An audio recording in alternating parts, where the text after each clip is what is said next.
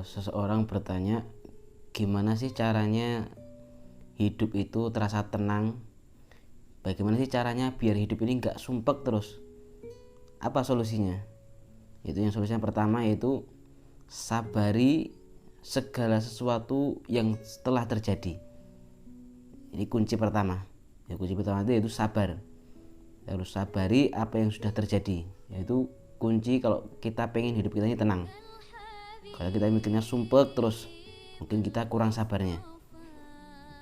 Jadi sabar itu memang berat. Sabar itu memang berat. Susah kalau disuruh sabar itu. Tapi coba kalau kita ini nggak punya rasa sabar, hidup kita semakin terasa berat. Hidup kita semakin terasa sempit karena kita nggak ada rasa sabar. Contohnya seperti ini. Kita mungkin kerja punya gaji 500.000 sebulan itu. Kita mungkin kalau suruh sabar susah. Kita kalau suruh sabar dengan gaji segitu susah. Tapi kalau kita nggak sabar itu jauh lebih susah. Isinya cuma ngeluh, sambat terus sama Allah, ngeluh terus. Ini hidupnya terasa sempit, sumpek terus. Karena apa? Kurangnya rasa sabar. Kita sedang diuji, mungkin sakit. Kita diuji sakit itu mungkin suruh sabar susah. Nahan sakit itu sabar susah. Tapi kalau kita nggak sabar, ini sakitnya tadi malah jadi derita untuk kita semua. Karena apa? Nggak ada rasa sabar.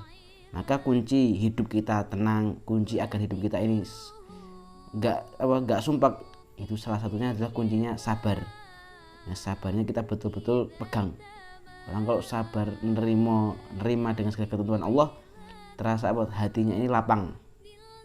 Jadi kunci hidup bahagia itu sabar, nerima segala sesuatu yang sudah ditentukan sama kita semua.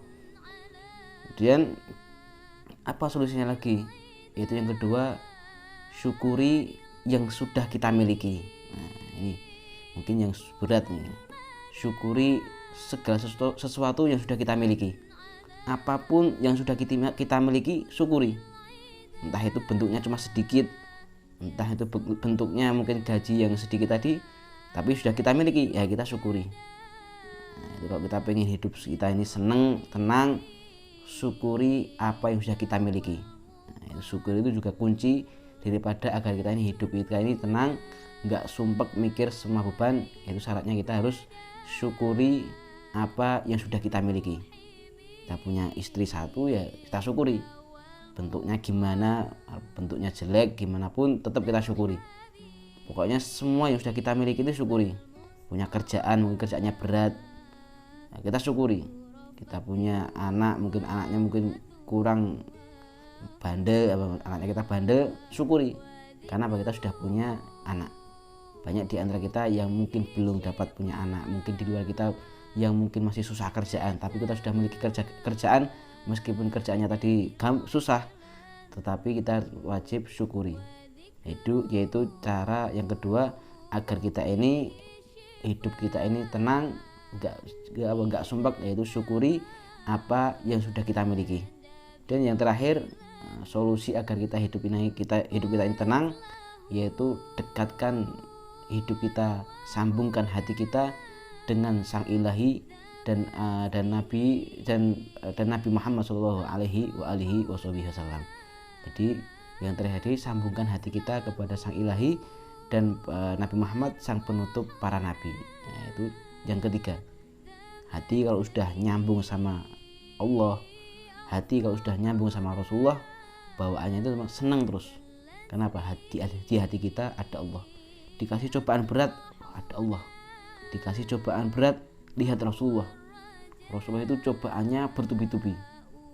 Kita dibandingkan dengan cobaan kita nggak ada apa-apanya dengan ujian daripada Rasulullah.